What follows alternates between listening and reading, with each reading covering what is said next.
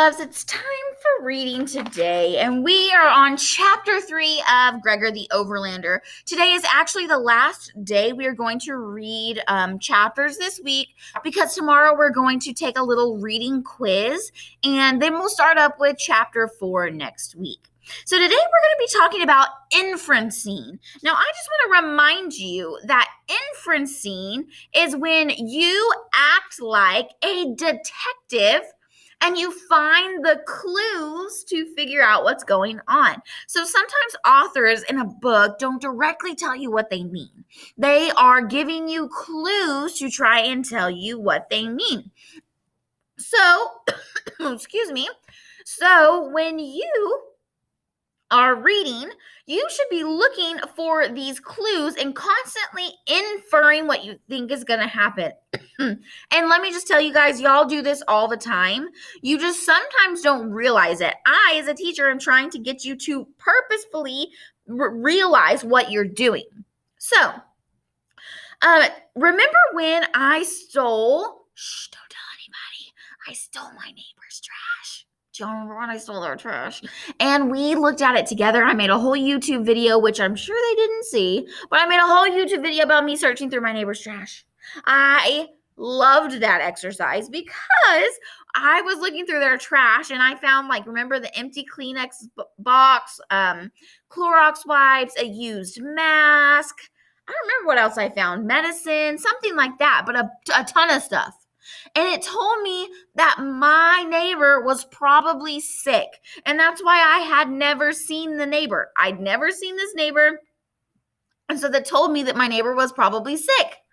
That is inferencing, just like on Scooby-Doo. They use all of their detective skills. Now, they don't know that whatever is actually a monster. They don't know that person is actually the one committing the crime, but they are using their clues to figure it out. One day, if you guys want to be police officers, that happens with police officers too. They use clues to figure out who did something. So you as a reader are going to be like a police officer, and you are going to be inferring and trying to figure things out before they ever happen. That's what you should be doing in books. So today, I am going to be reading chapter 3, Gregor the Overlander. And you guys know Gregor the Overlander, their chapters are a little bit longer, so hold in there with me. And I'm going to be stopping every now and then to give you a chance to use these thinking stems and infer. Say something like, my guess is, maybe, perhaps, it could be that. This could mean I predict, I infer. I want you to use those thinking stems to direct your thinking. What do you think is happening? What do you think is going to happen? And why do you think that? So let's go ahead and let's start reading chapter 3. Make sure you're paying attention, because when I pause, so should you, to figure out some inferencing. And then I'll tell you what your assignment is at the very end. Chapter 3. So yesterday we ended on Gregor is in the Underland with his sister, and a girl just did a backflip off of her bat and caught the ball mid-air, caught it real easily. And let me see. Yep, that's what happened. That's exactly what happened. And she seemed arrogant. Arrogant expression. That means she thinks she's too good for everybody. Chapter 3. Hands down, she was the strangest looking person Gregor had ever seen. Her skin was so pale he could see every vein in her body. He thought of the section on the human anatomy in his science book. Flip one page, see the bones. Next, the digestive system. This girl was a walking circulatory system. Okay, pause. Remember we talked about character traits?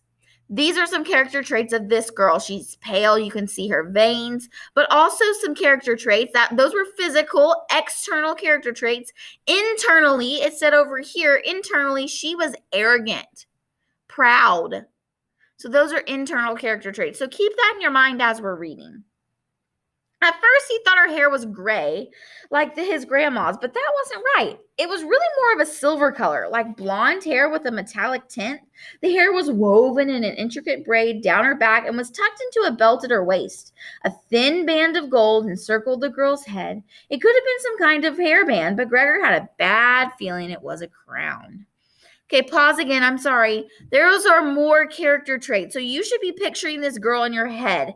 Silvery hair, a gold crown, almost see-through skin. You should have a picture of her in your head right now. He didn't want this girl to be in charge. He could tell by the upright way she held herself, by the slight smile at the left corner of her mouth, by the way she managed to be looking down at him even though he was a good 6 inches taller than she was, that she had a real attitude. That's what his mom would say about certain girls he knew. She's got a real attitude. She would shake her head, but Gregor could tell she approved of these girls. Well, there was having attitude, and there was just being a total show off. Gregor felt sure she'd done that fancy trick off the bat completely for his benefit. One flip would have been plenty. It was her way to intimidate him, but he wouldn't be intimidated. Gregor looked straight into the girl's eyes and saw that her irises were a dazzling shade of light purple. He held his ground. Gregor didn't know how long they might have stood there sizing each other up if Boots hadn't intervened. She plowed into the girl, knocking her off the balance. The girl staggered back a step and looked at Boots in disbelief. Boots grinned winningly and held up a pudgy hand. Ball, she said hopefully. The girl knelt on one knee and held out the ball to Boots, but she kept her fingers wrapped tightly around it. It is yours if you can take it, she said in a voice like her eyes, cold and clear and foreign. Boots tried to take the ball, but the girl didn't release it. Confused, she pulled on the girl's fingers. Ball? The girl shook her head. You'll have to be stronger or smarter than I am. Boots looked up at the girl, registered something, and poked her right in the eye. Purple, she said. The girl jerked back, dropping the ball. Boots scrambled after it and scooped it up. Gregor couldn't resist. Guess she's smarter, he said. It was a little mean, but he didn't like her messing with Boots that way. The girl narrowed her eyes. But not you, or you would not say such things to a queen. So, he had been right. She was royalty. Now she'd probably chop off his head or something. Still, he felt it would be bad if he acted scared. Gregor shrugged. No, if I'd known you were a queen, I'd probably have said something a lot cooler. Cooler? She said, raising her eyebrows. Better, said Gregor, for lack of a cooler word. The girl decided to take it as an apology. I'll forgive it, as you are not knowing. What are you called, Overlander? My name's Gregor, and that's Boots, he said, pointing to his sister. Well, her name's not really Boots, it's Margaret, but we call her Boots because in the winter she steals everybody's boots and runs around in them, and because of this musician my dad likes. That sounded confusing, even to Gregor. What's your name? I am Queen Alexa, said the girl. Luxa? Said Gregor, trying to get the odd inflection right. What means this? What the baby says? Purple, she asked. Purple, it's her favorite color. And your eyes. She's never seen purple eyes before, explained Gregor. Boots heard the word and came over, holding up her palms, which were still dyed purple from the marker. Purple! I had never seen brown before, not on a human, said Lexa, staring into Boots's eyes. Or this. She caught Boots's wrist and ran her fingers over the silky, light brown skin. It must need much light. Boots giggled. Every inch of her was ticklish. Lexa purposely ran her fingers up under Boots' chin, making her laugh. For a second, Lexa lost her attitude, and Gregor thought she might not be so bad. Then she straightened up and resumed her haughty manner. So, Gregor the Overlander, you and the baby must bathe. Gregor knew he was sweaty from running through the tunnels, but that was pretty rude. Maybe we should just go. Go? Go where? Asked Lexa in surprise. Home, he said. Smelling like you do, said Lexa. You will probably be thrice dead before you reach the waterway, even if you knew the path to take. She could see he didn't understand. You smell of the overland, and that is not safe for you here or for us. Oh, said Gregor, feeling a little foolish. I guess we should rinse off before we go home then.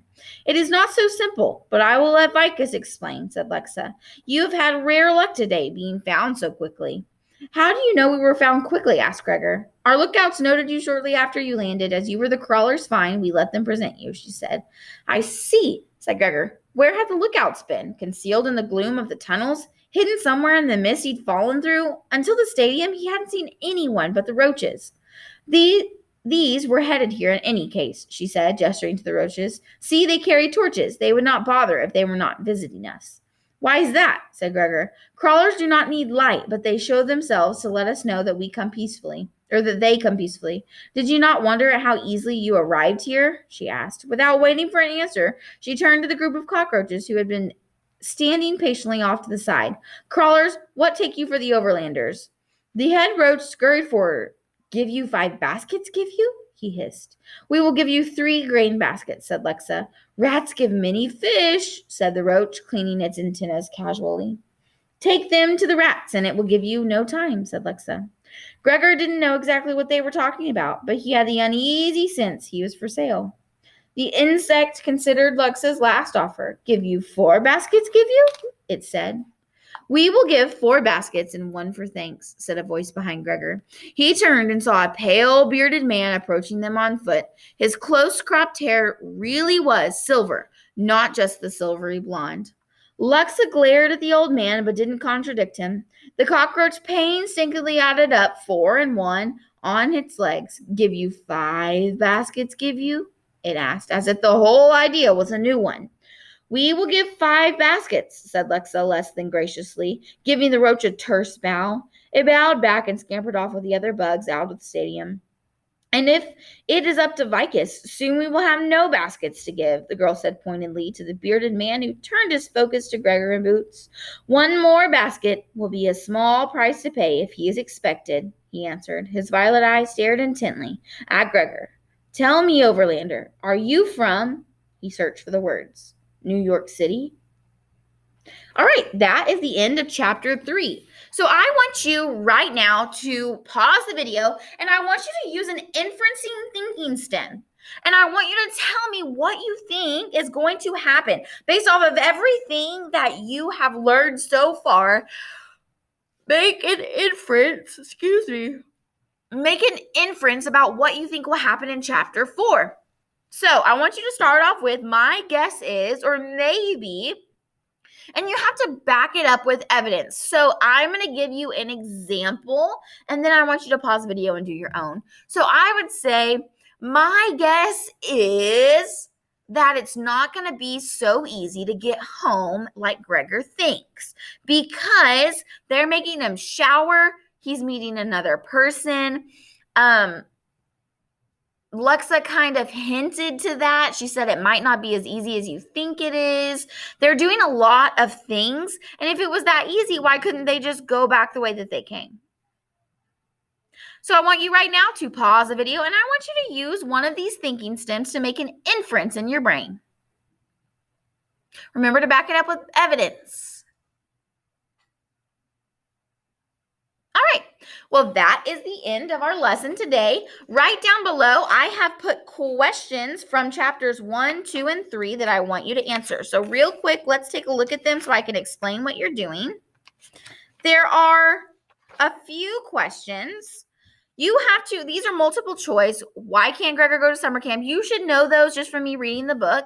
There's a short answer and a long answer. For short answers, give me like 2 sentences. Long answers, give me like 3 or 4 sentences. And here's a little extra. I do want you to think that.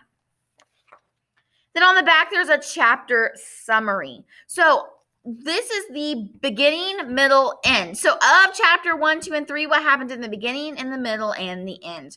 So if you were going to give this section of the book a title, what would you title it?